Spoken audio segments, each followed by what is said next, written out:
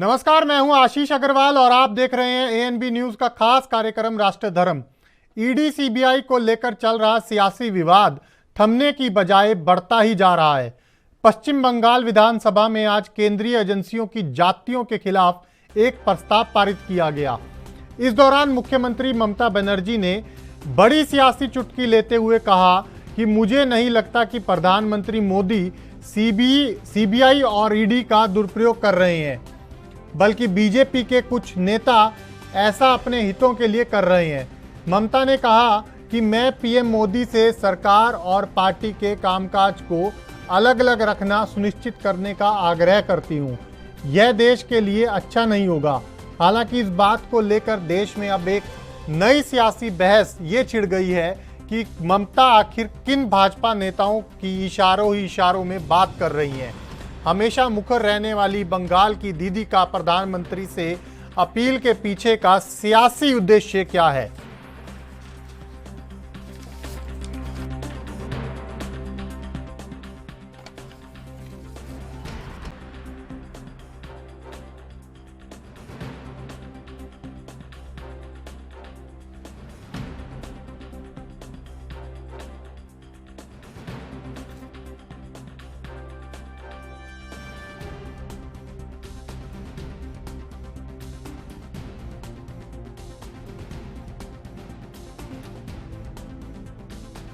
को बता दें कि आज पश्चिम बंगाल की विधानसभा में एक प्रस्ताव पारित किया गया है और केंद्रीय एजेंसियों की जातियों का जिक्र करते हुए केंद्रीय एजेंसियों की जातियों के खिलाफ इस प्रस्ताव को पश्चिम बंगाल विधानसभा में पारित किया गया है।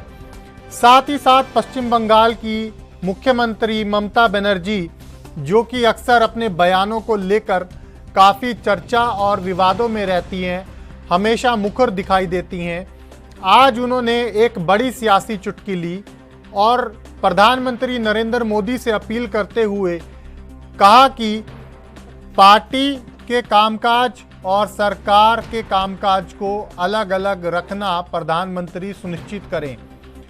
ममता बनर्जी ने कहा कि उन्हें नहीं लगता प्रधानमंत्री मोदी सीबीआई और ईडी का दुरुपयोग कर रहे हैं, बल्कि भाजपा के कुछ नेता ऐसा अपने हितों के लिए कर रहे हैं। अब ममता बनर्जी के इस बयान के बाद सियासी बहस ये छिड़ गई है कि आखिर ममता बनर्जी इशारों ही इशारों में कौन से भाजपा नेताओं की बात कर रही हैं, उनका सियासी उद्देश्य क्या है प्रधानमंत्री से अपील के पीछे, जो ममता बनर्जी खुले तौर पर सार्वजनिक मंचों से प्रधानमंत्री से अक्सर अपनी बात मांग के रूप में करती हुई नजर आती हैं। आज वो अपील कर रही हैं, तो इस अपील के पीछे सियासी उद्देश्य क्या है, सियासी मायने क्या हैं? देश में एक नई सियासी बहस इस वजह से छिड़ती हुई दिखाई दे रही है कि अक्सर जो सवाल आ रहा था कि केंद्र की तरफ से, तो इसी मुद्दे पर चर्चा करने के लिए हमारे साथ तीन खास मेहमान जुड़ रहे हैं। हमारे साथ डॉक्टर गुलरेज शेख, नेता बीजेपी, हमारे साथ रहेंगे चर्चा में। संजय चक्रवर्ती, नेता टीएमसी, और साथ ही साथ डॉक्टर इंदुकांत दीक्षित, वरिष्ठ पत्रकार हैं, हमारे साथ इस चर्चा में जुड़ रहे हैं। आप तीनों ही खास मेहमानों का बहुत स्वागत है। सबसे पहले संजय जी, आप ही के पास आऊँगा। आज ममता बनर्जी जी ने जिस तरीके से ये सवाल उठाया है और प्रधानमंत्री नरेंद्र मोदी से अपील की है, इस अपील के मायने तो मैं समझूंगा ही, लेकिन सीधा सवाल ये है कि आखिर किन बीजेपी नेताओं की इशारों इशारों में वो बात करना चाह रही हैं?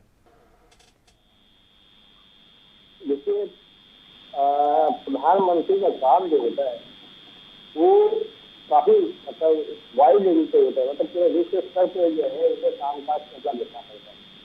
तो ये जो हरकतें होती है ना आजकल, ये इस तरह से चल रही है सीबीआई, ईडी और ये सब चीजों को लेकर के, ये प्रधानमंत्री लेवल का तो हो नहीं सकता। ये तो सभी लोग जानते हैं, ये आज की बात नहीं है। प्रधानमंत्री ने आज बोला है, लेकिन ममता दीदी ने बोला है, लेकिन ये आज की बात नहीं है। ये सबको पता है कि ममता दीदी ने जो कहा है वो सच है।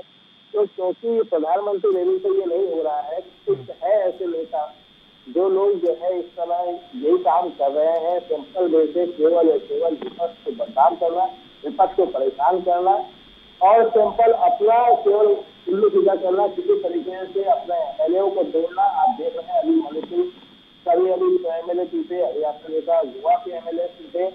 तो ये खरीद फरोख्त का जो है काम है, ये इस स्तर से हो रहा है। शेख साहब, सीधा आपके पास आऊंगा। आज प्रस्ताव तो पारित कर दिया गया है, लेकिन सियासी मायने हल्के में नहीं आंके जा सकते, क्योंकि कहीं ना कहीं जो प्रस्ताव पारित किया गया है उसमें केंद्रीय एजेंसियों की जातियों का जिक्र है। केंद्रीय एजेंसियों की जातियों का जिक्र तो मतलब सीधा सीधा केंद्र से ही जुड़ गया मामला। क्या कहेंगे? आवाज आ रही है आपको मेरी? जी बोलिए। देखिए, अभी संजय भाई को भी मैंने सुन रहा था, आपको भी सुना मैंने जी। और एसएससी स्कैम ले लो, कोयला स्कैम ले लो, कैटल स्मगलिंग स्कैम ले लो, उनके जितने भी नजदीकी रिश्तेदार हैं उनकी डिस्प्रपोर्शनेट एसेट्स की जिस प्रकार से वृद्धि हुई है उसको ले लो। उन सबको मद्देनजर रखते हुए कोर्ट्स ने ऑनरेबल कोर्ट से केंद्रीय एजेंसियों को उनको जांच करने का काम दिया है और बहुत सारी चीजें मिल भी रही हैं। तो क्या संजय जी से पूछूंगा, जो कि प्रवक्ता बैठे हैं टीएमसी के, क्या कोर्टों के खिलाफ भी अब ये प्रस्ताव पारित करेंगे और क्या इनकी हैसियत है पारित करने की? क्योंकि ये जितनी जांचें हो रही हैं केंद्र सरकार ने नहीं करवाई है, ये आदरणीय माननीय न्यायालय के आदेश पर हो रही है इनके खिलाफ। और क्यों हो रही है? भ्रष्टाचार करेंगे और जांच भी नहीं होना चाहिए इनके खिलाफ क्या? तो ये सब चीजें जो है ना, ये चीजों को आपको जनता के सामने प्रकाश में डालना जरूरी है। और जहां तक बात है अंकों के गणित की, तो इनके पास अंकों का गणित है बंगाल की असेंबली में।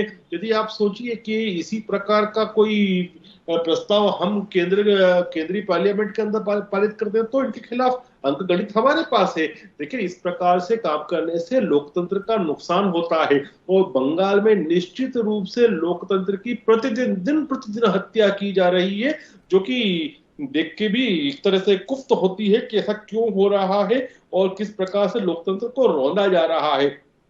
जहां तक ममता बनर्जी साहिबा ने कहा है प्रधानमंत्री नरेंद्र मोदी जी के विषय में, कोई उनको बहुत वे आदर के भाव से बोल रही हो या बहुत देश के प्रधानमंत्री हैं उस पद की गरिमा के लिए कह रही हो, ऐसी कोई बात नहीं है। ये इन्होंने ये बात भी इसलिए कही है क्योंकि अगला चुनाव कौन सा होने वाला है पश्चिम बंगाल में, वो लोकसभा का होने वाला है। इसके बीच में कोई बड़ा चुनाव नहीं होना वहां पर। वो मोदी जी के विषय में यदि वो कुछ टिप्पणी करती तो 2 अंकों में भी उनकी सीटें नहीं आती लोकसभा की। तो इसलिए वो कह रही है कि वो बीजेपी पर अटैक कर रही है, लेकिन मोदी साहब पे नहीं कर रही, क्योंकि उससे उनको सीटों का नुकसान हो जाएगा। ठीक है, लेकिन सवाल ये है शेख साहब कि मोदी साहब पर तो कुछ भी प्रतिक्रिया नहीं दी सीधे तौर पर ममता बनर्जी ने, जैसा आपने कहा कि 2024 के चुनाव के कारण। लेकिन वो बीजेपी के कौन से नेता हैं जिसकी बात कर रही हैं ममता बनर्जी? इशारों में सीधे तौर पर कह रही हैं कि प्रधानमंत्री नरेंद्र मोदी तो बिल्कुल भी ऐसा कर ही नहीं सकते कि केंद्रीय एजेंसियों का कोई दुरुपयोग हो। ये तो बीजेपी वाले ही हैं जो लगे हुए हैं। तो ये तो कहीं ना कहीं दोहरी जो है वो सियासी रणनीति है, क्योंकि आप समझिए अगर बीजेपी केंद्रीय एजेंसियों को निर्देश दे रही है तो केंद्र सरकार के ऊपर भी तो सवाल खड़े हो गए ना एक तरीके से। बड़े दुख के साथ मुझे ये कहना पड़ रहा है कि ये अदालतों के विषय में भी टिप्पणी करने से बात नहीं आ रहे हैं। और अदालतों के विषय में ये जिस प्रकार से ढके छुपे शब्दों में जिस प्रकार की बात कर रहे हैं, शर्म आनी चाहिए इनको, क्योंकि इनके ऊपर जितनी जांचें हो रही हैं वो माननीय ऑनरेबल कोर्ट के आदेश पे हो रही है। तो क्या ये कोर्ट को नेताओं की श्रेणी में रखना चाहते हैं? मुझे डर लगता है ऐसी बात सोचने में भी और बोलने में भी मुझे अच्छा नहीं लगा। लेकिन चूंकि हम अभी पब्लिक पटल पे बात कर रहे हैं, इसलिए मैंने विश्लेषण किया इनकी बात का, वो आपके समक्ष रखा। लेकिन सच बोलूं मैं ये आऊंगा अभी संजय जी, आप ही के पास आ रहा हूं। ठीक है, जवाब दे दीजिए संजय जी। कोर्ट के आदेश पे बता रहे हो रहा है, ठीक है ना? तो कोर्ट के आदेश पे आपके शुभेंदु अधिकारी क्यों नहीं आते? कोर्ट के आदेश पे हेमंत बिस्वा क्यों नहीं आते? कोर्ट के आदेश पे येदियुरप्पा क्यों नहीं आते? कोर्ट के आदेश पे आपके गृह राज्य मंत्री के लड़के का जो इस तरीके से कांड हुआ, गृह राज्य मंत्री इस्तीफा नहीं दिया, वो सब क्यों नहीं आते कोर्ट के आदेश पे? आखिर कौन से गंगा में नहाए हैं शुभेंदु अधिकारी? पश्चिम बंगाल के वो भी है, और सीना ठोक करके वो जो है इस समय घूम रहे हैं। बाकी लोगों पे आप चार्ज पे चार्ज लगाते चले जा रहे हैं। एक भी बीजेपी का कोई लीडर बता दीजिए पिछले 8 साल के अंदर कि जिसके ऊपर कोई भी भ्रष्टाचार की कोई कार्रवाई हुई हो। नहीं होती। नहा लेते हैं बिल्कुल, जो बीजेपी में शामिल होता है वो गंगा जल से नहाता है, और जो बीजेपी से बाहर होता है उसके पीछे आप सीबीआई, ईडी, ईआई आप सब कुछ लगा देते हैं। ये आप लोगों की दोहरी नीति है। कोर्ट के आड़ लेकर के सिर्फ और सिर्फ आप लोगों को बदनाम करते हैं, इसके अलावा कुछ नहीं करते हैं बस। और केवल विपक्ष को बदनाम करना क्यों? क्योंकि ये पिछले डिबेट में भी मैंने कहा था कि इनका हर साल में कोई भी जहां चुनाव होता है लोकसभा का, तो 2 साल पहले से इनका नाटक शुरू हो जाता है। 2012 में इन्होंने एंटी करप्शन का नाटक शुरू किया था, और उसके क्योंकि पीछे अन्ना हजारे नहीं थे, उसमें बीजेपी थी। अडानी अंबानी का पैसा लगा था, बीजेपी के लोग लगे हुए थे। आज कहाँ चले गए ये सब लोग? कहीं नहीं है। और इसीलिए 2022 है, ये 22 की है तैयारी है, और पीछे केवल और फिर उसके बाद भ्रष्टाचार का आरोप लगाएंगे। अच्छा, उसके बाद जो है ईडी की कार्रवाई करवाएंगे। फिर उसके बाद कहेंगे कि देखिए ये जमानत पे हैं, ये जमानत पे हैं, ये जमानत पे हैं। ये कह 8-10 साल और बिताएंगे। तो ये सब इनके नाटक है, लोग समझ चुके हैं। कोयला घोटाले की बात कर रहे थे, कोयला घोटाला तो 2014 के समय भी आप लोग लेकर के आए थे। कहाँ हो गया वो घोटाला? आप लोग 2G का घोटाला लेकर के आए थे, कहाँ गया वो सब घोटाला? ये स्कैंडल है सिर्फ और सिर्फ विपक्ष को बदनाम करने के लिए। क्योंकि 8 साल में कोई ऐसा काम हुआ नहीं कि जनता को ये बरगला सके। तो आप विपक्ष को बदनाम करो और अपना नाम करो, चीते के पीछे छुप जाओ जाकर के, बस यही एक काम है और कुछ नहीं। ठीक है संजय जी, एक सवाल का जवाब दे दीजिए। बड़ा मैं सीधा सा सवाल कर रहा हूं।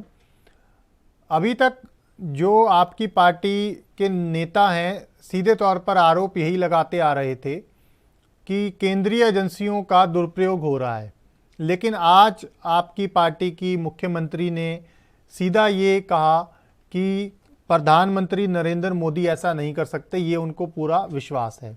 लेकिन बीजेपी के कुछ नेताओं का साथ ही साथ उन्होंने जिक्र कर दिया कि बीजेपी के कुछ नेता ऐसा कर रहे हैं। सवाल ये है कि वो किन नेताओं की बात कर रही हैं, और अगर उनको लग रहा है कि कोई दुरुपयोग नहीं हो रहा तो फिर बार बार ये आरोप क्यों?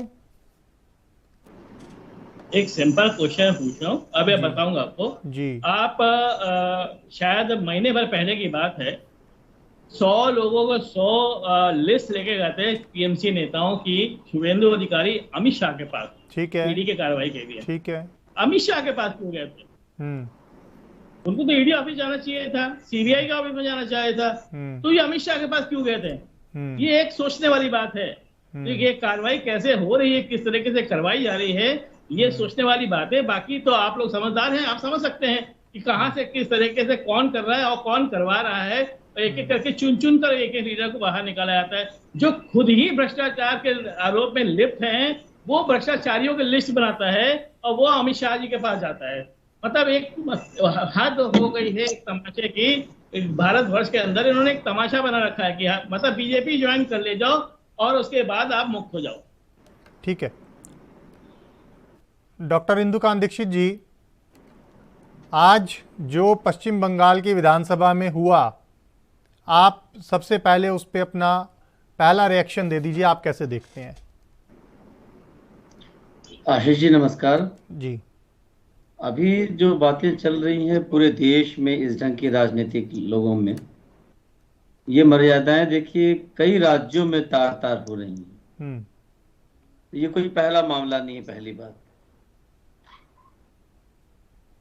दूसरा, इस ढंग से जो संवैधानिक संस्थाएं हैं उनका दुरुपयोग, जो वहां नहीं करना है वो करने का काम, आपने देखा होगा हाल में किस तरह से दिल्ली विधानसभा की बैठक बुला करके और सीधे प्रधानमंत्री पर, केंद्र सरकार पे, एजेंसियों पर, अदालतों पर भी सवाल।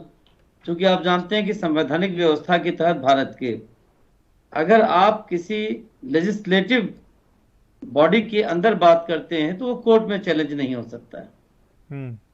मेरी आवाज दो दो आ रही, तो मैं एक माइक ऑफ कर लूं क्या? अभी मेरी आवाज ठीक आ रही है? अभी ठीक आ रही है आवाज? जी। तो देखिए, जिस तरह से विधानसभा की बैठक बुला करके कोर्ट्स पे आपत्ति उठाना, क्योंकि पता है कि विधानसभा की कार्यवाही के दौरान की गई बातों पे बाहर कोर्ट में चैलेंज नहीं किया जा सकता है, तो उस ढंग की एक प्रवृत्ति। फिर आप देखिए वेस्ट बंगाल में तो विचित्र स्थिति है। संजय जी अभी बात कर रहे थे अन्ना हजारे के आंदोलन की। संजय जी को जरूर याद होगा कि किस तरह से स्वयं ममता दी अन्ना हजारे जी के साथ एक मीटिंग करने के लिए रामलीला मैदान में दिल्ली गई थी।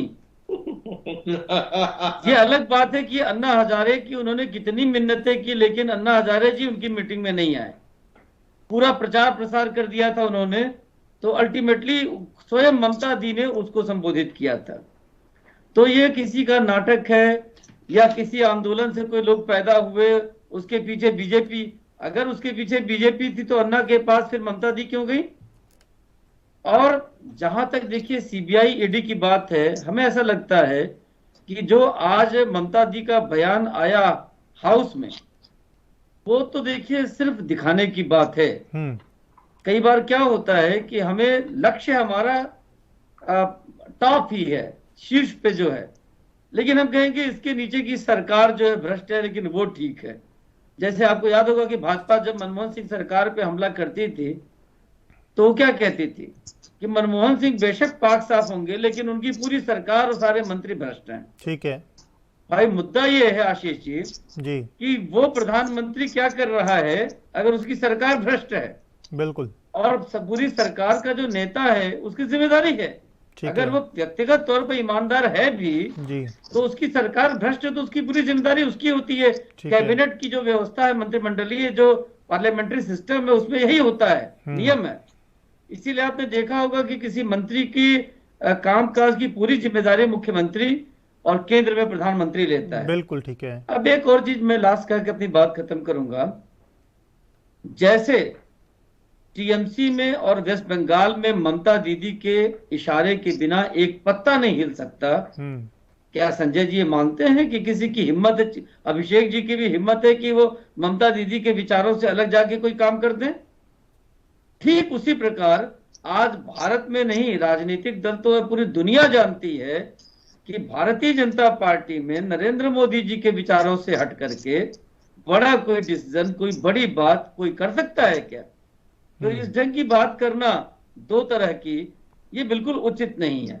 इसके करने के पीछे एक कारण यह भी हो सकता है कि जिस तरह से लाल नोटों की गड्डियां पार्थ चटर्जी जी के ठिकानों से और उनके प्रेमिका के ठिकानों से बरामद हुए, जिस तरह से अनुव्रत मंडल को जेल जाना पड़ा है, जिस तरह से तमाम और भी लोगों पे कोयले घोटाले की तमाम जांच हो रही है, इसके बाद आपने देखा होगा कि जब से नोट की गड्डियां दिखने लगी, और ठीक कहा डॉक्टर गुलरेज शेख ने कि हाई कोर्ट के इंटरवेंशन से तमाम बार जांचें हुई, ह्यूमन राइट्स के वायलेशंस की जांच हो रही है, लोग अपनी बातें नहीं रख पाते हैं, ये चीजें जनता में परसेप्शन पूरे देश में बन रहा है।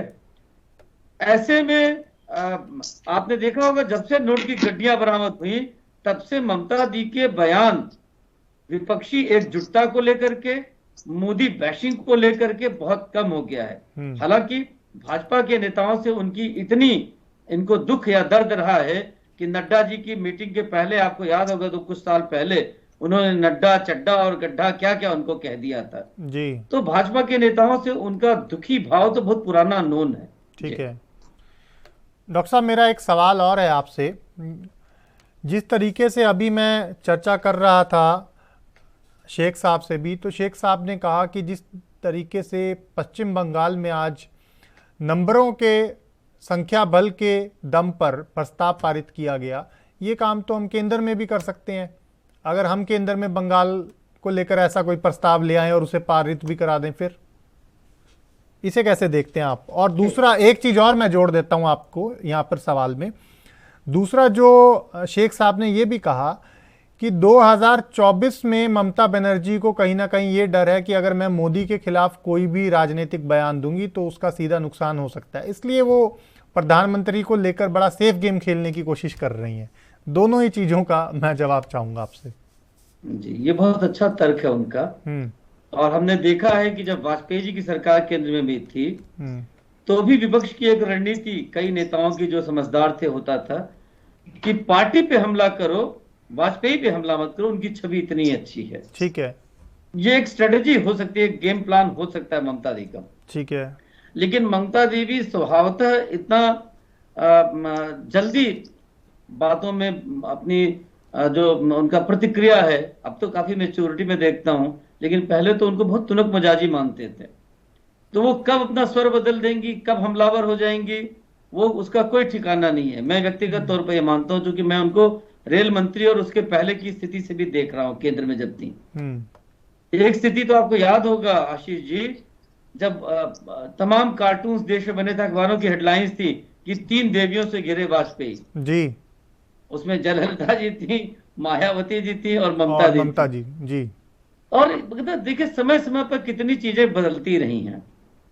जो दूसरा सवाल आपका था जी कि देखिए ये निश्चित तौर पे आज अगर राष्ट्रपति शासन लगा दिया जाए, एक एग्जांपल दे रहे हैं आपको किसी राज्य में, तो उसको फिर पारित कराना होता है, उस प्रस्ताव को लोकसभा से और राज्यसभा से, संसद से बिल्कुल अप्रूव कराना होता है जी। आज से जब 2014 में मोदी की सरकार बनी थी 8 साल पहले, उस समय ये मोदी सरकार के लिए बड़ा संकट था कि अगर हम लगा भी दें राष्ट्रपति शासन कहीं अपने विपक्षी के, आपको लगता है कानून व्यवस्था की स्थिति खराब हो गई है, या उसको दंडित करने के लिए जैसा कांग्रेस के जमाने में होता था, बदले की भावना से भी करना हो, तो वो प्रस्ताव वो लोकसभा में तो पारित करा लेंगे, राज्यसभा में नहीं पारित हो सकता। ठीक है, लेकिन आज राज्यसभा में भी बीजेपी का अपना नंबर 95-96 तक पहुंच गया है। ठीक है, उसके बाद नॉमिनेटेड मेंबर्स हैं और अलायंस पार्टनर्स हैं, जोड़ करके आज राज्यसभा में वो जो चाहे पारित करा सकते हैं, ये स्थिति है। ठीक है, तो 2 मिनट का काम में राष्ट्रपति शासन लगाएं और वहां पारित करा लें। ठीक है कि हमारे यहाँ जुडिशियल सिस्टम भी कि वहां रिव्यू हो सकता है, लेकिन आप फिर लगाइए अगर आप दुरुपयोग को उतारू हो जाएं। तो इसलिए ये तो निश्चित तौर पे डॉक्टर गुलरेज जी से मैं सहमत हूं कि आपके पास अगर बहुमत है और 3/4 2/3 बहुमत है, तो ऐसी स्थिति में उसका आपको दुरुपयोग नहीं करना चाहिए। लोकतंत्र में कहते हैं ना, एक मैकियावेली का पॉलिटिकल थिंकर थे, उनका सिद्धांत है, उसमें उन्होंने कहा है कि power corrupts and absolute power corrupts absolutely. और वो करप्शन ऐसा नहीं है कि पैसे का करप्शन, जो है पॉलिटिकल पावर का, पॉलिटिकल चीजों का, नीति निर्माण का, हर चीज में करप्शन हो, किसी भी चीज को आप राजनीतिक रूप से प्रभावित जब कर देते हैं। बिल्कुल, देखिए आपके पास एब्सोल्यूट पावर है, आपके पास 3/4 2/3 बहुमत है हाउस में, इसका मतलब ये नहीं है कि आप बेलगाम हो जाएं, हिटलर शाही चलाएं। अन्यथा जैसे आज बहुत सी चीजों का कलकत्ता में हाई कोर्ट को रिव्यू करना पड़ता है, वो होने लगता है। ठीक है, और ऐसी स्थिति से हर राजनीतिक दल को लोकतंत्र में तो जरूर बचना चाहिए। ठीक है संजय जी, इसका जवाब मैं सीधा आपसे ही चाहूंगा। बहुमत है, अच्छी बात है, लेकिन बहुमत के दम पर ऐसे प्रस्ताव लाना कहां तक ठीक है? क्योंकि यही चीज तो बीजेपी के भी साथी आपके कह रहे हैं कि कल को अगर हम यही चीज दिल्ली में बैठकर करने लग जाएंगे, फिर आप लोग कहां जाएंगे? देखिए, पहली बात तो मैं राजनीतिक विश्लेषक है, उनके बारे में अन्ना हजारे का जिक्र जी, इंद्रकांत दीक्षित जी के बारे में जवाब देना चाहता हूँ जी। अन्ना हजारे के उस मंच में इन्होंने कहा ममता दीदी जाना चाहती थी और उन्होंने आमंत्रित नहीं किया। क्यों आमंत्रित करेंगे भाई? बीजेपी का मंच था, ममता दीदी को क्यों आमंत्रित करें? हम लोग को तो नहीं पता था ना, हम लोग तो सोचे थे वाकई में कोई ऐसा आंदोलन चल रहा है कांग्रेस के खिलाफ, देश के खिलाफ।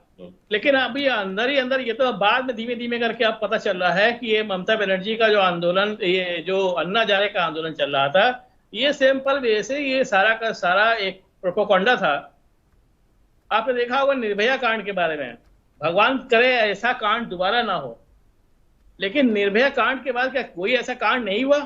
क्या दिल्ली में नहीं हुआ? क्या उस समय ही क्यों हुआ? उस समय ये भीड़, इतना जबरदस्त भीड़ कहां से आ रहा था? कौन स्पॉन्सर कर रहा था?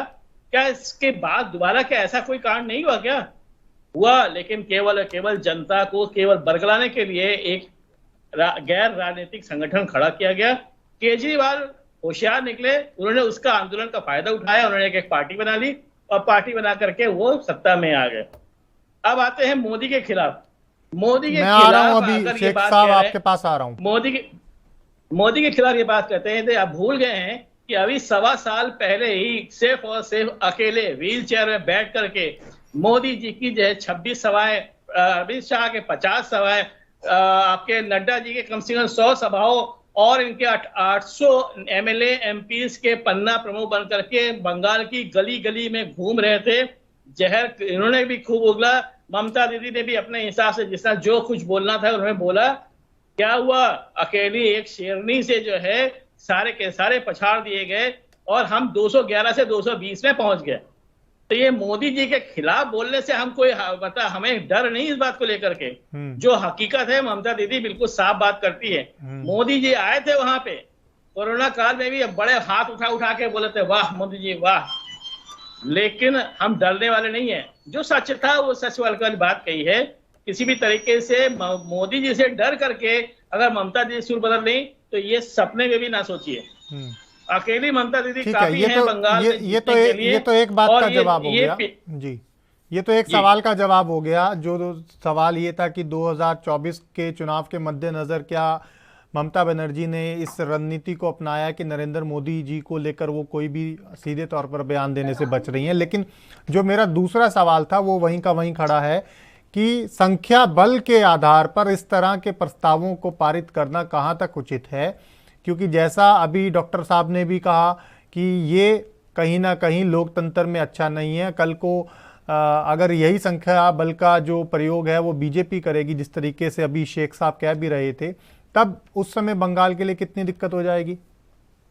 नहीं, हमें कहीं कोई दिक्कत नहीं है। हम लोकतंत्र के अधिकारों के अनुसार जो काम किया गया है, लोकतंत्र में के अधिकार मतलब संविधान के अंदर किया गया है। संविधान से बाहर जाके कोई ऐसा काम नहीं किया जो देश दो ये संविधान। हाँ, ये अलग बात है कि ये अगर लोकतंत्र का मजाक उड़ाना चाहते हैं तो बंगाल की एक बार विधानसभा भंग करके दिखा दें, करा दे राष्ट्रपति शासन का, वहां पे करके देख लें एक बार, वो भी मनमर्जी करके देख लें। भाई इतना सारा कर लिया एमएलए तोड़ना, सारे राज्यों में एमएलए तोड़ने का काम तो कर ही रहे हैं, तो एक बार ये राष्ट्रपति शासन लगा करके भी देख लेना। ऐसी क्या बात है, हम दोबारा से इनका चुन करके आ जाएंगे और इससे ज्यादा चुन करके आएंगे इस बार। क्योंकि इनके बहुत सारे एमएलए ऐसे हैं जो टूटने को तैयार बैठे हुए हैं। ममता दीदी ले नहीं रही है इनको, वो सिर्फ और सिर्फ 2023 लास्ट का इंतजार कर रही है और देखिएगा बहुत सारे एमएलए भी आएंगे और बहुत सारे एमपी भी टूट करके हमारे साथ ज्वाइन करने वाले हैं। जो इनकी नीतियों से त्रस्त है, अंदर ही अंदर घुट रहे हैं, वो आने वाले हैं। ठीक है, और कुछ ना कुछ जी ठीक है। मुझे फिलहाल एक छोटे से ब्रेक के लिए रुकना है, वक्त तो चला एक छोटे से ब्रेक का। ब्रेक के बाद भी चर्चा जारी रहेगी। छोटा सा ब्रेक।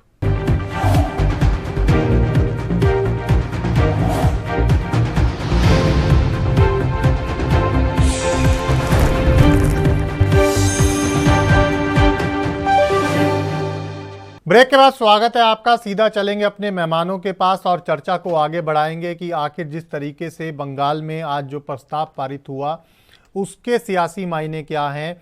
मैं डॉक्टर शेख साहब आप ही के पास आऊँगा, क्योंकि ब्रेक पर जाने से पहले आप कुछ बोलना भी चाह रहे थे। और मेरा सवाल ये है कि जिस तरीके से संजय जी खुली चुनौती दे रहे हैं कि अगर आपको भी ऐसा कोई प्रस्ताव लेकर आना है तो आप ले आइए और पारित करके देख लीजिए, वो तो तैयार हैं उस चीज़ के लिए। देखिए क्या होता है कि इस प्रकार की बातें बहुत बात होती हैं, लेकिन फिर यदि अगर हम कांग्रेस की तरह एक्ट करने लग जाए ना तो इनकी कराह भी नहीं निकल पाएगी और ये इनको कहा जाएगा कि झुको तो रेंगने लगेंगे। लेकिन हम कांग्रेस नहीं है, हम भारतीय जनता पार्टी है जो हमेशा कॉन्स्टिट्यूशन के साथ खड़े रहते हैं, इसलिए हम ऐसी हरकत करते भी नहीं है कभी। लेकिन संजय जी ने एक बात कही कि इन्होंने जो किया वो कॉन्स्टिट्यूशनल किया, संवैधानिक किया। बिल्कुल संवैधानिक किया, with in the frame of law किया। तो क्या आपका कहने का मतलब ये है कि जब हाई कोर्ट ने बंगाल की केंद्रीय एजेंसियों को केसेस दिए तो क्या वो कॉन्स्टिट्यूशनल नहीं था? और यदि वो कॉन्स्टिट्यूशनल नहीं था तो आपने सुप्रीम कोर्ट में अप्लाई क्यों नहीं किया उस चीज के लिए कि कॉन्स्टिट्यूशनल नहीं है, इस पे कॉन्स्टिट्यूशनल बेंच का गठन किया जाए और उसके ऊपर निर्णय लिया जाए? तो ये क्या है कि इनके जो प्रवक्ता है ना, ये सारी बातें करते हैं लेकिन ये नोट की गड्डियों पे बात नहीं करेंगे। गड्डियां क्यों मिलती है, प्रेमिका के घर में कैसे मिलती है, और उन महाशय के जिनके हम गड्डी मिली उनके ताल्लुकात कैसे थे दीदी साहिबा के साथ, तो ये सब बातें जो है उस पे करे। दीदी के जो भतीजे हैं उनका आचरण किस प्रकार का है रिगार्डिंग विजावी इकोनॉमिक करप्शन, तो इन सब चीजों को लेकर यदि इनके ऊपर कार्रवाई होती है तो बौखलाहट क्यों होती है। और अभी दीक्षित जी ने कहा, बहुत सही कहा, मुझे स्मरण होता है उन सब चीजों का कि विपक्ष के जो लोग थे वो वाजपेयी जी के विषय में भी ऐसी बातें करते थे कि वाजपेयी तो सही अच्छा है लेकिन दल खराब है। तो वही पूछते थे वाजपेयी जी, तो इस अच्छे वाजपेयी के साथ क्या किया जाए, बता दीजिए। जवाब दे दीजिए संजय जी। क्या किया जाए संजय जी? आवाज नहीं समझे, क्या बोले आपने? सवाल दोहरा दीजिए शेख साहब। आप कह रहे हैं आप जरा दोहरा दीजिए शेख साहब की आवाज है लेकिन पार्टी खराब है, तो इस अच्छे मोदी के साथ क्या करें ये बता दें।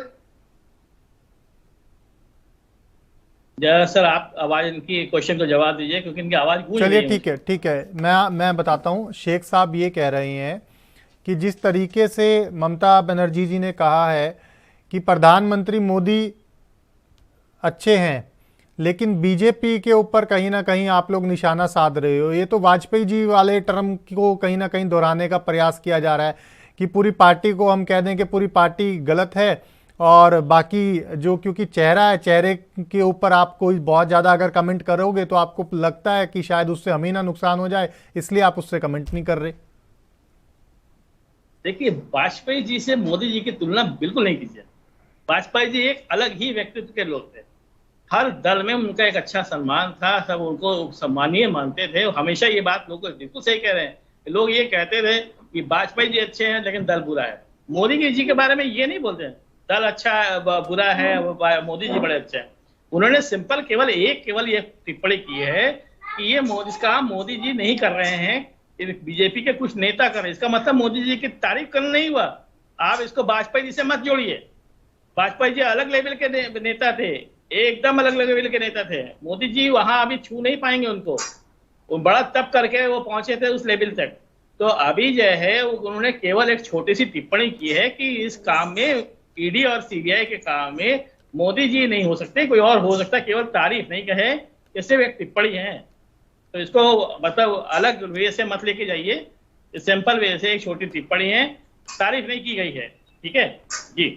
अच्छा, दूसरा एक सवाल का और जवाब दे दीजिए संजय जी लगे हाथ, कि अगर कोर्ट ने संवैधानिक तौर पर, आप जो बार बार कह रहे हैं कि हमने भी आज जो प्रस्ताव पास किया संवैधानिक तौर पर किया है, आप बिल्कुल ठीक कह रहे हैं, लेकिन अगर कोर्ट ने किसी जांच एजेंसी को निर्देश दिए हैं कि आप इस मामले को इन्वेस्टिगेट कीजिए, तो उसमें दिक्कत क्या है? उसमें कहां से बात ये आ गई कि इनको प्रेशर है? नहीं, रोका किसने? कोर्ट तो अपनी जांच, कोर्ट के आदेश के अनुसार ईडी जांच कर ही रही है, सीबीआई जांच कर रही है, रोका तो नहीं किसी को। ठीक है, लेकिन हम सिर्फ एक क्वेश्चन यही पूछते हैं कि शुभेंदु अधिकारी का क्यों नहीं? आखिर जो है कैमरे के सामने नोट लेते हुए पकड़े गए थे, तो वो आज तक बचे क्यों हैं? बीजेपी ज्वाइन करने की वजह से। आज मैं एक बड़ा अच्छा एक जो जोक पढ़ रहा था कि फांसी देते समय उसे पूछा अंतिम इच्छा तेरी क्या है, तो उसने यही कहा कुछ नहीं, मुझे बीजेपी ज्वाइन करना है। तो उसको बीजेपी से फंदे से उतार करके उसके गले में हाथ लगा रहे, तू तो बेकसूर है। तो ये हालत हो चुकी है, आप लोगों ने कानून का मजाक बना दिया है पूरी तरीके से। मैं बार बार इसीलिए पूछ रहा हूँ, शुभेंदु अधिकारी का क्या? हेमंत बिस्वा को जो पानी पी करके आप 2013 में कोस रहे थे, आज उसको मुख्यमंत्री कैसे बना दिया? कहाँ गया उनके भ्रष्टाचार? अभी 110 करोड़ का जो है एमपी में जो है, आपने देखा होगा बच्चों का अनाज के बारे में, उसके बारे में कोई बात करेगा? कोई एफआईआर, कोई कुछ? गुजरात में इतने सारे ड्रग्स पकड़े जा रहे हैं, उसके बारे में कभी कोई चर्चा होगी? कुछ बताएगा? तो इसका पैसा है वो कौन लगाता है? कोई नहीं बोलेगा। तो ये सारी चीजें जो है आपके सामने हैं। मैं बिल्कुल एकदम फिर से खुले से बार बार कहता हूं कि एक चीज ध्यान रखिएगा, बीजेपी का कोई भी लीडर होगा उस पर ईडी सीबीआई की जांच नहीं होगी, कोर्ट का कोई आदेश नहीं आता है। और क्यों नहीं आता है ये तो सभी जानते हैं, भगवान जानता है कि आखिर ऐसी कौन सी ताकत है बीजेपी के अंदर कि जो है बड़े से बड़ा अपराधी जो है चलिए, अगर ठीक बीजेपी है, ज्वाइन ठीक कर है, जाता है ठीक तो वो है, पास ठीक साफ हो जाता है। ठीक है। शेख साहब कुछ बोलना चाह रहे हैं। शेख साहब आप बोल लीजिए, क्योंकि मेरे को डॉक्टर साहब के पास जाना है इंदुकान जी पे। आप पहले अपनी बात रख लीजिए। मैं कुछ बोलने वाला था, लेकिन अब मेरा इनसे बात करने का मन नहीं हो रहा है। इसलिए मन नहीं हो रहा है भाई साहब, क्योंकि इन्होंने कहीं ना कहीं कोर्ट के ऊपर भी आक्षेप लगा दिया कि कोर्ट जो है वो कि किसी इन्होंने इस तरह से ही कहा कि कोर्ट का आदेश क्यों नहीं आता। मतलब ये कोर्ट को क्या समझ रहे हैं, ये कोर्ट के ऊपर भी अब टिप्पणी करने लग गए। मतलब राजनीति का स्तर यदि हिंदुस्तान में इतना गिर जाए कि हम न्यायालयों को भी नहीं छोड़े, हम न्यायालयों को टेलीविजन, नेशनल टेलीविजन के प्लेटफॉर्म पे बदनाम करने लग जाए, तो फिर घृणा होती है ऐसी राजनीति से और घृणा होती है ऐसे लोगों से। मैं सोचता हूँ कि साहब मैं आपके व्यूअर्स का यदि आदर नहीं करता तो मैं स्क्रीन छोड़ देता। मैं ऐसे व्यक्ति के साथ डिबेट ये नहीं कर सकता जो कोर्ट के ऊपर ऐसी टिप्पणी कर रहा हो कि कोर्ट के भी आदेश नहीं आते। ना ना ना, कोर्ट पे किसी तरह कोई टिप्पणी नहीं। नहीं बिल्कुल, कोई नहीं। आप दीक्षित जी से अगर तो कोर्ट के क्या आदेश के अनुसार अगर जांच हो रही है तो 100% बिल्कुल मैं आपकी हर चीज का और जवाब देने को बात तैयार था। करके मध्य हम प्रदेश के हमने विषय में कहा है। जवाब देने को तैयार था, मैं हेमंत बिस्व शर्मा जी के विषय में तैयार था। लेकिन आपने जो आखिरी में जो बात कही कोर्ट के विषय में, आप इस लायक व्यक्ति नहीं कि मैं आपसे बात करूं। चलिए ठीक है, मैं लौटूंगा आप दोनों के पास। अभी मेरे को डॉक्टर इंदुकान जी के पास जाना है। डॉक्टर साहब, आरोप प्रत्यारोप का सिलसिला तो चलता रहेगा और राजनीति में इस तरह की जो उठक पटक वाली सियासत है ये भी आप लंबे अंतराल से देखते आ रहे हैं, लंबा अनुभव है आपका भी। सवाल घूम फिर आगे फिर मेरा वही आ रहा है, क्योंकि आज का जो हम मुद्दा लेकर चर्चा कर रहे हैं इस मुद्दे के भी अपने मायने हैं और देश में एक नई कहीं ना कहीं सियासी चर्चा तो आज खड़ी हुई है। जिस तरीके से ममता बनर्जी ने आज ये नया एक रूप दिखाया है और कहीं ना कहीं पूरा विपक्ष अब इस चीज़ को लेकर असमंजस की स्थिति में है कि ममता बनर्जी अब जो ये दाव चल रही है ये दाव किस ओर जाकर रुकेगा या वो किस ओर इस दाव को लेकर जाना चाह रही हैं। आपने हालांकि पहले स्थिति को काफ़ी हद तक स्पष्ट किया ही है, क्योंकि आप जिस तरीके से हम बात कर रहे थे कि चेहरे के ऊपर चर्चा ना करके पार्टी को फोकस किया जाए ताकि उससे सेफर गेम कहीं ना कहीं सीधे शब्दों में अगर मैं कह दूं तो वो एक रहे। लेकिन अब बड़ा विषय ये है कि जिस तरीके से बार बार कोर्ट का जिक्र आ रहा है, जिस तरीके से संजय जी ने कह दिया कि अगर आपको यानी बीजेपी को कोई इस तरीके का प्रस्ताव लेकर आना है तो ये भी लाकर देख ले, तो क्या ये लोकतंत्र के लिए ठीक है पूर्ण रूप से? नहीं, बिल्कुल नहीं आशीष जी। देखिए, अभी जो भी सवाल उठ रहे हैं उसमें जैसे डॉक्टर गुलरेज शेख ने कहा कि कोर्ट्स के थ्रू कोई डायरेक्शंस आते हैं जांच के लिए, और अगर जांच कोई एजेंसी करती है तो उसको इस तरह से कटघरे में चाहे विधानसभा के माध्यम से चाहे संसद के माध्यम से नहीं उठाना चाहिए। ठीक है। और चैनल्स के डिस्कशन में तो बिल्कुल ही नहीं करना, बिल्कुल भी नहीं होना चाहिए। बिल्कुल ठीक है जी जी। दूसरी बात क्या है कि जो बात संजय जी कह रहे हैं, संजय जी अपनी कई ऐतिहासिक चीजों को ध्यान में नहीं रख रहे हैं। देखिए, सीबीआई जांच कर रही थी राजीव कुमार की, जो कमिश्नर थे कलकत्ता पुलिस के। तो जो इनके शब्द है, जो इनके विचार हैं, वो इनके एक्शन से मैच नहीं करते हैं। आप राजीव कुमार को बचाने के लिए ममता बनर्जी ने खुली छूट दे दी, सीबीआई के ऑफिशियल्स को डिटेन कर लिया कलकत्ता पुलिस ने। ठीक है। और उसके बाद जब जांच आगे बढ़ी तो आपको याद होगा कि राजीव कुमार गायब हो गए और सीबीआई के ऑफिस के सामने ममता दीदी ने धरना दिया। बिल्कुल। तो मतलब आप ये बताएं कि अगर कोर्ट्स का वास्तव में जैसा आपके शब्द हैं कि हम सम्मान करते हैं और जांच करने कोई दिक्कत नहीं है, तो वो शब्द, वो बयान और वास्तव में उस ढंग का जांच में सहयोग, आज हाईकोर्ट को यह ऑर्डर करना पड़ता है संजय जी कि कलकत्ता पुलिस और सरकार मदद करेगी, सहयोग करेगी, कम से कम असहयोग नहीं करेगी। तो आप ये देखिए कि ये कितना बड़ा एक लांछन है पूरे सिस्टम के ऊपर। आप सरकारों पे हमला कर ले, बीजेपी पे हमला कर ले, मोदी पे हमला कर ले। आपका इशारा मैंने देखा, देखिए मैं पिछली बार की चर्चा में आपसे नहीं कह पाया, मुख्य चर्चा, मुख्य आरोप ममता दीदी का हमेशा रहता है अमित शाह जी पे एज होम मिनिस्टर, जिसका संकेत संजय जी ने भी किया, और जो भाजपा का प्रेसिडेंट है नड्डा जी पे, और जो उनके प्रभारी लोग हैं वहां पे कलकत्ता में। ठीक है। जाहिर तौर पे वो एक नेता के तौर पे अपने यहाँ विपक्ष में कोई उभर रहा है, और वो भी ऐसा जो उनका पहले सहयोगी रहा है। उसको इतना आसान नहीं होता है कहना, कंज्यूम करना अंग्रेजी में कहते हैं। ठीक है। तो इस ढंग की बातें, इस ढंग का दर्द कई बार वो तैरने लगता है, आदमी की बातों में सामने आ जाता है। लेकिन कम से कम संजय जी, आपकी पार्टी और आपके नेताओं को जो आपके शब्द हैं, जो विचार हैं, वो एक्शन से मैच करते हुए दिखने चाहिए। पूरी तरह से हो या ना हो, लेकिन दिखने तो चाहिए। आप कह रहे सीबीआई को छूट है, ईडी को छूट है, लेकिन दूसरी तरफ आप उनके काम में अड़ंगा डालते हैं। कोर्ट को अड़ंगा रोकने के लिए डायरेक्शन देना पड़ता है, फिर संवैधानिक विफलता से बचने के लिए आपको पीछे हटना पड़ता है। तो ये बातें, और किस तरह से लोगों को चुनाव के बाद हैंग कर दिया गया उनके घरों में मार करके, तो ये चीजें से बचने से जो आपका नेतृत्व है टीएमसी का, उसकी पूरी दुनिया में और अच्छा यशोगान हो सकता है। जी ठीक है संजय जी, जवाब दे दीजिए। बड़े कहीं ना कहीं सवाल हैं टीएमसी के लिए भी ये, और इनसे लोकतंत्र में कम से कम बचा नहीं जा सकता, क्योंकि जनता है और जनता के बीच में अगर आप लोग भी रह रहे हैं तो कहीं ना कहीं जनता को जवाब देना होगा। देखिए, पहली बात तो ये है कि अगर जनता, जैसे कि अभी बात हुई है, जो घटना इन्होंने बताई थी, उसके बाद विधानसभा का चुनाव हुआ, जनता ने जवाब दे दिया, अपने आप ही दे दिया। ठीक है। हम 211 से 220 पे पहुंच गए, और इससे बड़ा जनता का जवाब अब क्या चाहिए? ठीक है, जनता ने जवाब दे दिया। और बाकी जो कोर्ट के सम्मान के साथ जो भी कुछ एक्शन हो रहा है, हम उसका स्वागत करते हैं। अभी अभिषेक बैनर्जी जितनी बार उनको बुलाया गया वो गए हैं, ईडी के कार्यालय में वो गए हैं, जब भी उनको सब बुलाया गया वो गए हुए हैं। पार्थ चटर्जी को जैसे ही उनके ऊपर भ्रष्टाचार का इल्जाम आया, ममता दीदी ने उनको तुरंत पार्टी से निकाल दिया, उनको सारे पदों से हटा दिया। तो जो हम कर सकते हैं हम बिल्कुल उसको करेंगे, और कोर्ट का पूरा सम्मान करते हैं। और सिंपल वे से, जिस तरीके से हम बार बार एक ही क्वेश्चन पूछ रहे हैं, अभी आपने कहा कि कोई उठ रहा है, तो भाई हम पूछ रहे हैं कि वो जो नोटों का बंडल लेते हुए कैमरे में गिरफ्तार हुए थे शुभेंदु अधिकारी, उसके पीछे कार्रवाई कब होगी? शेख साहब, देखिए इनकी सारी बातें झूठ हैं।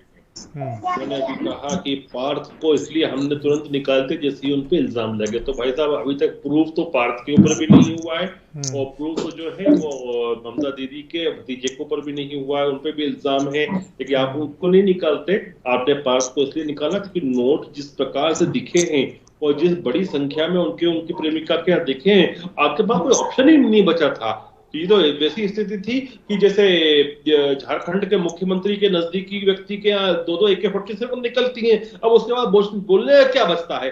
2 AK-47 और 60 जिंदा राउंड निकलते हैं, ऐसे ही इनके पास नोट की गड्डियां निकलती हैं। तो इस प्रकार की ये बातें करते हैं वो बहुत गलत है। और जहां तक बात है किसी की भी, लेकिन किसी को क्लीन चिट अभी तक नहीं दी है, चाहे वो शुभेंदु अधिकारी हो या कोई भी हो। न्याय सबके साथ बिल्कुल होता है और होगा भी सही। यदि वो क्लीन चिट में आते हैं, यदि वो मुक्त होते हैं दोष से या आक्षेप से, तो कोई बात नहीं है, वरना फिर पार्टी कार्रवाई करती है। और मैं आपको एक इंसिडेंट बताऊं अभी कि मध्य प्रदेश में 22 विधायक आए थे कांग्रेस को छोड़ के बीजेपी के फोल्ड में, और जब कमलनाथ सरकार के समय कुछ करप्शन हुए थे, कुछ नकदी पकड़ाई थी, तब कांग्रेस के विधायकों को नोटिस गए थे इनकम टैक्स के। तो 7 या 8 विधायक वो हैं उसमें से जिनको नोटिस कुछ समय पहले, कुछ महीने पहले गए, जो बीजेपी में आज की तारीख में। तो उनको अपने आप को क्लीन प्रूव करना पड़ेगा ना। वैसा पार्टी में आने से मतलब थोड़ी ना है कि वो क्लीन प्रूव नहीं करना पड़ेगा, उनको अग्नि परीक्षा देना पड़ेगी, तभी बीजेपी एक्सेप्ट करती है चीजों को। और आपके यहाँ तो कोई अग्नि परीक्षा होती नहीं है। ठीक है, मेरा एक सवाल और है शेख साहब आपसे। हालांकि इसके ऊपर हम लगातार चर्चा कर ही रहे हैं बिंदुओं के ऊपर, लेकिन क्योंकि आज जो पश्चिम बंगाल की विधानसभा में ममता बनर्जी के द्वारा मुख्य बात कही गई, मैं एक बार उसको यहाँ दर्शकों के सामने दोबारा से पढ़ रहा हूँ। वो इसलिए पढ़ रहा हूँ ताकि जो सियासी मायने हैं जिसके ऊपर आज हम चर्चा कर रहे हैं कि आखिर उनके पीछे उद्देश्य क्या था, वो थोड़ा सा तस्वीर और स्पष्ट हो सके। मैं डॉक्टर इंदुकांत दीक्षित जी से भी इसके ऊपर प्रतिक्रिया लूँगा, क्योंकि विश्लेषक के तौर पर निष्पक्ष जनता के सामने राय रखना बहुत ज़रूरी है। ये जो शुरुआत से मैं आपको 2 लाइनें इसमें बता रहा हूं पढ़ के कि ममता बनर्जी ने कहा कि मैं पीएम मोदी से सरकार और पार्टी के कामकाज को अलग अलग रखना सुनिश्चित करने का आग्रह करती हूं। और साथ ही साथ उन्होंने ये भी कहा कि प्रधानमंत्री मोदी सीबीआई ईडी का दुरुपयोग कर रहे हैं, ऐसा मुझे नहीं लगता, बल्कि भाजपा के कुछ नेता ऐसा अपने हितों के लिए कर रहे हैं। अब मैं इसी बात पे आ रहा हूं शेख साहब, आप ही के पास आ रहा हूं। सवाल पहला मेरा आपसे ही रहेगा। सवाल ये है जो समझने की जरूरत है, ठीक है, एक बिंदु के ऊपर हमने चर्चा कर ली कि फेस के ऊपर टारगेट ना करके या फेस के ऊपर डायरेक्ट कोई प्रतिक्रिया ना दे करके पार्टी के ऊपर फोकस किया जा रहा हो, ऐसा हो सकता है। लेकिन बड़ा सवाल ये है कि दूसरा इसका पहलू कहीं ना कहीं ममता बनर्जी ने, जो हमें लगता है व्यक्तिगत रूप से, कि ये भी कहने की कोशिश की है कि क्या कोई दूसरी फोर्स है जो सरकार में हस्तक्षेप कर रही है पार्टी के रूप में। नहीं, देखिए, इसका यदि आप इन बिटवीन द लाइंस पढ़ेंगे इस चीज को, तो आप ये पाएंगे कि इसमें 2 चीजें कर रही हैं वो, कि उनके पास जो नोट की गड्डियां निकलती हैं, उनके लोगों के पास जिस प्रकार के खूब सारे एसेट्स ग्रो हुए हैं उनके नजदीकी रिश्तेदारों के, तो वो उसके खिलाफ जो जांचें हो रही हैं उसको वो दिखाना चाहते हैं कि पार्टी करवा रही है, मतलब भारतीय जनता पार्टी करवा रही है, लेकिन वो साइड बाय साइड अपने लोकसभा में उनकी जो हालत खराब नहीं हो, उनकी सीटें कम नहीं हो जाए, इसलिए वो मोदी जी पे भी अटैक नहीं कर रही है, क्योंकि फिर मोदी का चेहरा जब सामने आता है लोकसभा के परिप्रेक्ष्य में, तो फिर वो जनता का गुस्सा इनको झेलना पड़ेगा कि नरेंद्र मोदी एक ऐसे व्यक्ति है जो भ्रष्टाचार मुक्त भारत बनाने के लिए काम कर रहे हैं और भ्रष्टाचारियों पर एक्शन ले रहे हैं। तो उनके खिलाफ यदि ये महिला बोलेगी तो फिर वोट्स के इनको चोट देगी जनता बंगाल की, तो वो चोट भी नहीं चाह रही है, और अपना फेस सेविंग के लिए कि नहीं, मेरे लोग गलत नहीं है, मेरे नेता गलत नहीं है, मेरे परिवार के जो लोग हैं वो भ्रष्ट नहीं है, ये तो बीजेपी करवा रही है। तो ये 2 मैसेजेस एक साथ हैं। बात तो वही है ना, देखो कोई भी पार्टी हो, मैं बीजेपी की बात नहीं कर रहा, मैं टीएमसी की बात नहीं कर रहा, मैं कांग्रेस की बात नहीं कर रहा, कोई भी पार्टी हो उसका काम है अपनी पार्टी के संगठन को चलाना, सरकार चलाना चुनी हुई सरकार का काम है। डॉक्टर साहब, डॉक्टर इंदुकांत दीक्षित जी, सवाल आपने सुनी लिया और लगभग मुझे लगता है कि बहुत अच्छे से अब आप हमारे दर्शकों को थोड़ा सा और इसके बिंदुओं के बारे में विस्तार से बताएंगे, ताकि थोड़ी सी स्थिति और राजनीतिक मायने और दर्शक इस चीज़ को लेकर समझ सकें कि आखिर ये जो आज की ये 4 लाइनों के बयान थे, ये कहाँ किस चीज के इर्द गिर्द घूम रहे हैं। आशीष जी, इसमें एक चीज मैं और देखता हूं जी, कि ममता दी ने जो संजय जी कह रहे थे ठीक कह रहे थे। ऐसा नहीं है कि मोदी जी को एक्सोनरेट कर दिया अपने हमले से, उनको बाहर कर दिया है। अपने लाइन ऑफ अटैक में उनके मोदी जी हैं अभी, इसको मत आप भूल जाइए। सिर्फ उन्होंने शायद ये इशारा भी किया हो, जिससे मैं एक हद तक मैं भी व्यक्तिगत तौर पे सहमत हूं, कि प्राइम मिनिस्टर के तौर पे उनका जो कामकाज है देश में, पूरी दुनिया में, उसको पूरे लोग अप्रिशिएट करते हैं जी।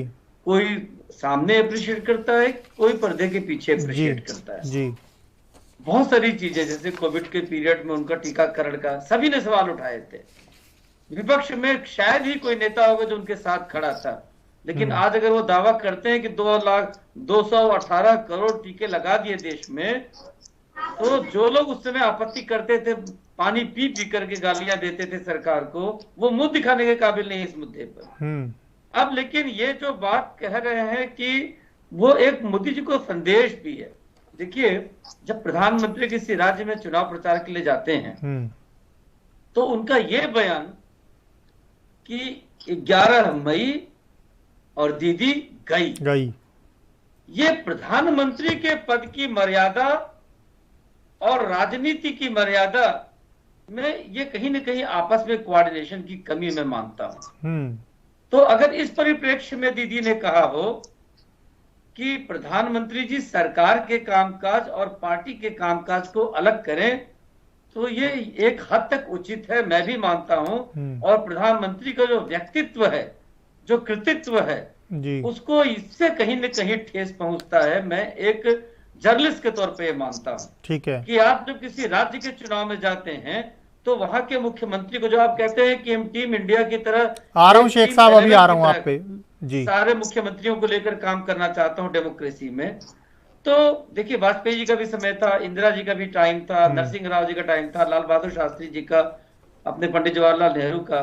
प्रधानमंत्री के तौर पे आप प्रचार करें चुनाव का, ये बहुत अच्छी बात है, लेकिन आप प्रधानमंत्री के तौर पर किसी मुख्यमंत्री के पद पर बैठे व्यक्ति पर एक स्तर के नीचे का कमेंट करें, ये उचित नहीं है, मैं मानता हूं।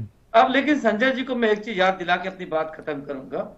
संजय जी ने अपने इसके पहले के एक स्टेटमेंट में कहा आपके सामने कि देखिए, अमित शाह आए, नड्डा आए, मोदी जी आए, सैकड़ों मीटिंग्स की चुनाव के समय, गली गली में घूमे, क्या कर लिया उन्होंने।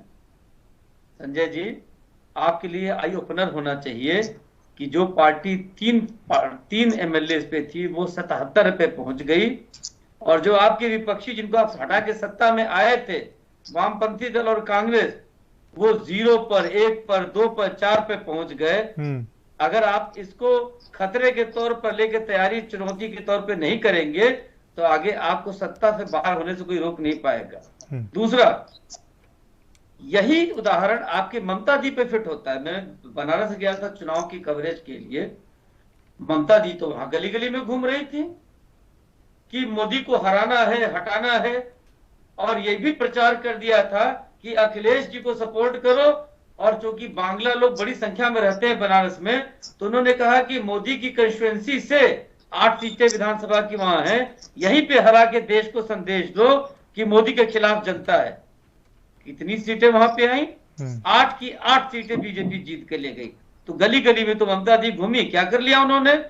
और एक अंतिम बात, आपने कहा कि आप गली गली में घूमे बीजेपी के नेता, लेकिन जनता ने तो बता दिया 211 से 220 कर दिया।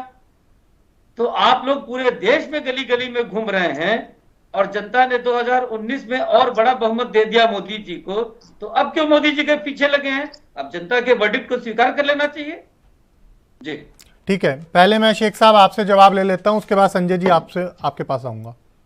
नहीं, देखिए, जहां तक मोदी जी का विषय है कि बतौर प्रधानमंत्री वो नहीं, जब वो कहीं पर कैनवसिंग करते हैं अपनी पार्टी के लिए किसी राज्य के चुनाव में, तो वो हमारे स्टार कैंपेनर के रूप में करते हैं। और जब स्टार कैंपेनर की लिस्ट निकलती है, पार्टी जो चुनाव आयोग को देती है और सार्वजनिक भी करती है, उसमें सबसे पहला नाम लिखा रहता है श्री नरेंद्र मोदी जी। तो वो उस समय पार्टी के स्टार कैंपेनर और पार्टी के सेनापति के रूप में काम करते हैं। और एक मनमोहन सिंह जी का अपवाद छोड़ दें, जो कि पॉलिटिशियन नहीं थे, वो प्राइम मिनिस्टर बाय चांस बने थे। तो आप पंडित नेहरू से लेकर अटल बिहारी वाजपेयी जी तक देख लीजिए, सबने अपनी पार्टी के इसी तरह से कैंपेन किया है। मैं एक पंडित नेहरू का तो एक बड़ा उदाहरण दूंगा कि जब 1952 का चुनाव हुआ था, तब उस समय मुंबई को बॉम्बे कहते थे, बॉम्बे में डॉक्टर भीमराव अंबेडकर चुनाव लड़ रहे थे, और वो खुलकर अंबेडकर जी के खिलाफ प्रचार किए थे जाकर।